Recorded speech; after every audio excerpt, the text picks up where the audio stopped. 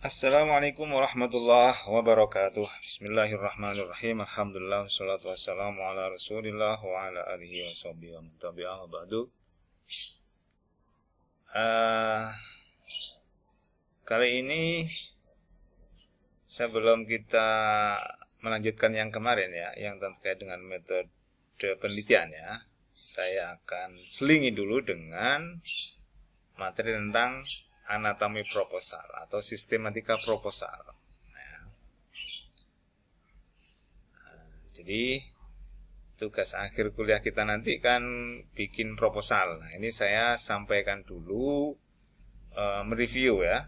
Nah, dulu mungkin pernah saya sampaikan, tapi ini saya mengulang karena ini nanti menjadi tugas akhir dan beberapa hal perlu saya tampilkan sekarang untuk memudahkan mana yang harus dikerjakan lebih dulu sambil menyiapkan yang terkait dengan metode penelitiannya dan mendapatkan gambaran yang lebih utuh lebih awal ya. Oke. Jadi latar belakang kita kemarin sudah kita bikin ya. Nanti tinggal memasukkan di proposal, kemudian jadi setelah latar belakang, kemudian rumusan masalah ya, itu juga sudah kita bikin kemarin. Kemudian tujuan penelitian. Nah, tujuan penelitian ini redaksinya, penyusunannya sama dengan rumusan masalah, tinggal dirubah ya, dirubah. Jadi misalnya mana tadi ya, coba misalnya ini nih,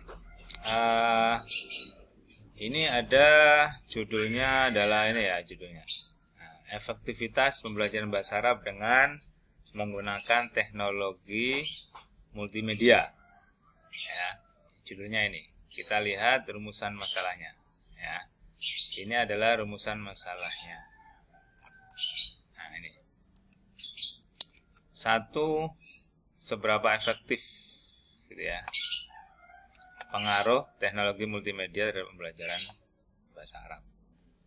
Kemudian yang kedua, bagaimana respon siswa terhadap penggunaan multimedia. Yang ketiga, faktor apa saja.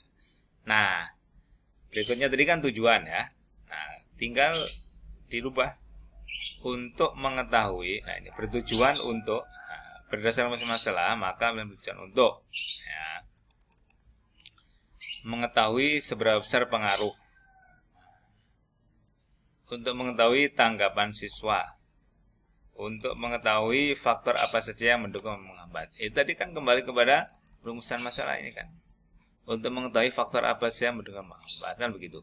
Untuk mengetahui respon siswa. Nah, tinggal merubah kata tanya menjadi untuk mengetahui. Ya. Untuk mengetahui efektif pengaruh. Nah, mungkin begitu ya, untuk mengetahui pengaruh teknologi. Ya. Ya mungkin di awal juga bisa sih ditambahkan untuk mengetahui seberapa efektif juga bisa ya, atau untuk mengetahui bagaimana respon, tapi kan akan lebih simpel gitu ya, kata tanya dihilangkan untuk mengetahui respon siswa, untuk mengetahui faktor yang mendukung, nah, kan gitu, untuk mengetahui pengaruh teknologi terhadap pembelajaran. Nah, jadi begitu. Nah, coba kita lihat ya, ini misalnya, ini rumusan masalahnya mana tadi? Nah, bagaimana implementasi ice breaking dalam belajar bahasa Arab ya, yang dapat mengembalikan perhatian peserta didik itu kan rumusan masalahnya. Ini memang rumusan masalahnya 1. Memang macam-macam ya, sesuai dengan pedoman ya yang disiapkan oleh kampus terkait dengan pedoman penulisan skripsi ya. tetapi memang banyak ya. Kalau untuk level skripsi itu pertanyaannya biasanya lebih dari satu. Memang satu ini kan sebenarnya nanti penjabarannya pasti lebih dari satu ya. Nah, kita menemukan satu rumusan masalah itu biasanya pada penelitian-penelitian yang di tingkat di atasnya S1 ya. Karena itu nanti bisa bercabang. Satu rumusan masalah bercabang.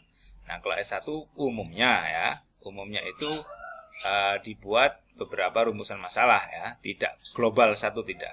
Nah, ini tadi saya akan kasih contoh, misalnya rumusan masalahnya begini, tujuannya gimana? Ya ini. Tujuannya untuk mengetahui gambaran pelaksanaan lah. Nah, jadi tinggal menambahkan atau merubah yang awalnya itu berupa kata tanya dirubah menjadi untuk mengetahui apa itu rumusan masalahnya, gitu ya. Nah, coba kita lihat misalnya ini kali ya. Ini judulnya implementasi direct method dalam meningkatkan kemampuan baca teks ya, atau langsung dalam membaca teks. Coba kita lihat rumusan masalahnya. Nah, ini ya. Bagaimana implementasi metode langsung? Yang kedua, apa saja kelebihan dan kelemahan gitu ya. Tujuannya, nah, ini memang dibuat lebih lebih variatif ya, dengan cara untuk mendeskripsikan implementasi ya, metode langsung dalam. Jadi yang lainnya sama ya. Jadi merubah ini kata tanya dengan kalimat yang lain ya, untuk mendeskripsikan, untuk mengetahui, kan gitu ya.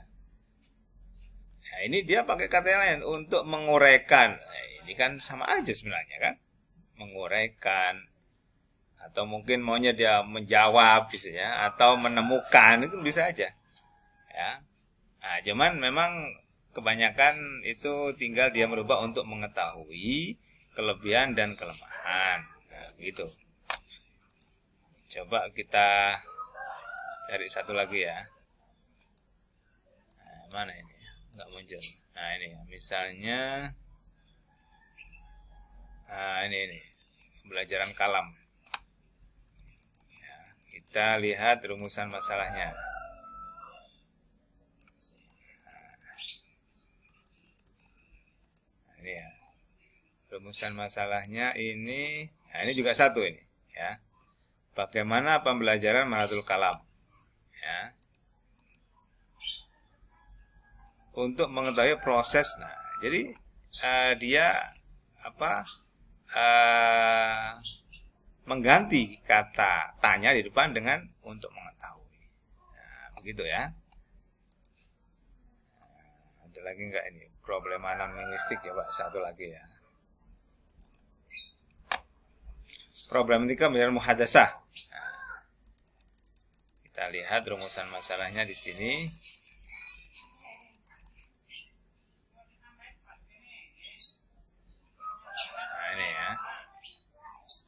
Bagaimana proses pembelajaran? Apa problematika yang dihadapi siswa? Tujuannya adalah untuk mengetahui proses pembelajaran, kan gitu ya. Untuk mengetahui apa saja.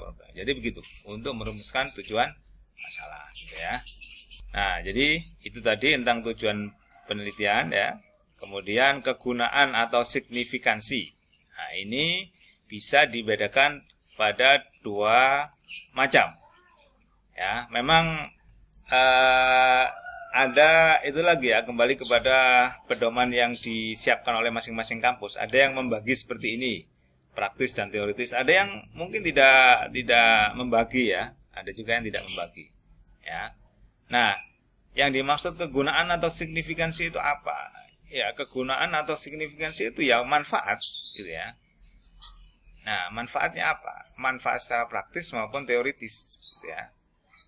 Praktis itu adalah yang terapan yang bisa dipakai secara langsung, yang digunakan, yang berimbas ya secara secara langsung, berupa sesuatu yang memang bisa diindra kira-kira begitu ya. Atau ditemukan akibatnya. Sedangkan teoritis itu berarti berupa keilmuan ya. Berarti berupa keilmuan, berupa sebuah kaidah, misalnya begitu ya.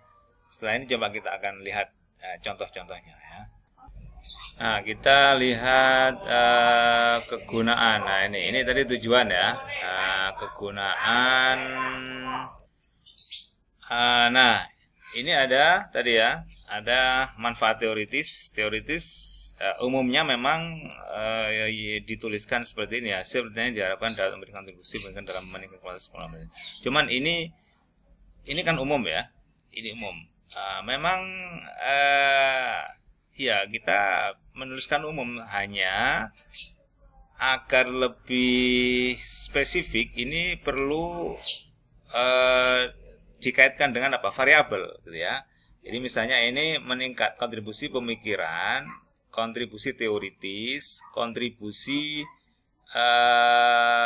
kaidah-kaidah dalam meningkatkan kualitas pengelolaan pendidikan dalam hal. Nah, misalnya begitu. Dalam hal apa tadi? Misalnya dalam hal pengajaran muhadasah. Nah, misalnya begitu. Atau dalam pembelajaran kalam. Yang penting itu disesuaikan dengan apa tadi? Dengan variabel yang ada ya, variabel yang ada. Nah, jadi ini manfaat teoritis ya. Manfaat praktis, nah itu memang ada yang membaginya, satu bagi peneliti ya. Kemudian bagi sekolah, kalau itu memang penelitinya di sekolah ya. Dan guru bahasa Arab ya. Atau nanti mungkin ada yang ketiga bagi siswa misalnya. Kalau itu memang ada implikasi yang bisa kita kaitkan dengan siswa begitu ya. Coba kita lihat yang judul lain ini ya. Nah, ini yang tadi judulnya apa tadi? Pembelajaran kalam ya. Bersama ini kalam di kelas unggulan. Kalau yang ini tadi muhadasah ya. Manfaat praktisnya, ini dia tidak. Ini memang sama. Hanya dia tidak berikan subjudul ya. Langsung begini. Menambah pengetahuan penulis. Nah, ini kan bagi penulis gitu ya. Wawasan bagi para pembaca. Berarti kan untuk pembaca. Untuk sekolah sebagai bahan evaluasi. Lah, ini kan untuk pihak sekolah. Nah, kalau yang tadi kan untuk penulis, untuk sekolah gitu ya, untuk madrasah. Nah, untuk siswa nggak ada. Kalau ini ditambahkan untuk pembaca gitu ya. Nah, teoritisnya menambah pengetahuan dan referensi tentang pembelajaran maharoh kalam. Nah, di madrasah lah. Ada spesifik maharoh kalam. Ya, memang kita inginnya paling tidak ada sumbangsi pemikiran ya, meskipun ya kita juga nggak tahu pemikirannya seberapa besar gitu ya. Ya, ini kan yang jelas memang levelnya kita masih pada tahap penelitian level S1. Jadi memang sumbangsi pemikirannya yang diberikan ya sebatas level sesuai dengan levelnya begitu ya. Jadi level S1 itu kan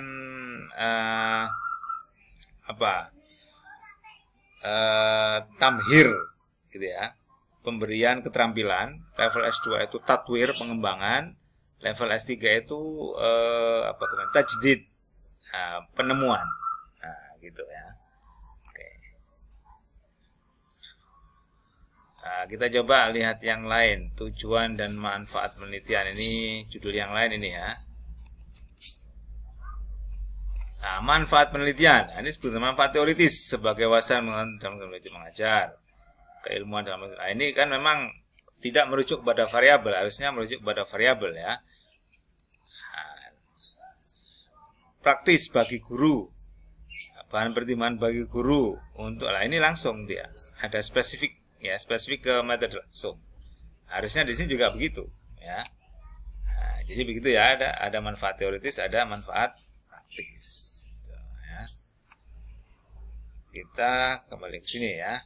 Jadi tujuan penelitian sudah, kegunaan terus praktis. Nah, kemudian telah pustaka atau saudara dulu, saya kira kita juga sudah kemarin ya. Tinggal nanti memasukkan saja di proposal yang kemudian kajian teoretik akan kita lanjutkan setelah yang berikut ini.